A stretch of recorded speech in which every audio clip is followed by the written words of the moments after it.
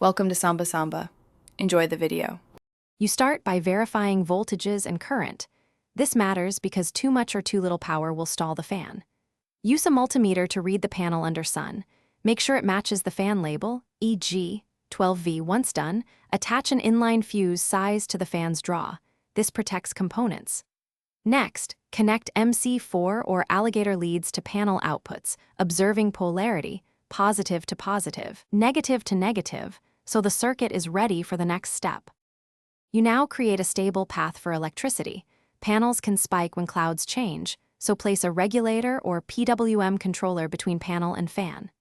Hook the panel leads to the controller input, then the controller output to the fan, confirming polarity at each connection. Make secure terminations, crimp or solder and heat shrink, because loose joints heat and fail. Clamp or zip tie the cable run to prevent movement. Shorter runs reduce voltage drop, which keeps the fan running at expected speed. You finish by testing the assembled system in bright sun, measure voltage and current at the fan terminals while it runs. Observe the motor. It should reach rated speed.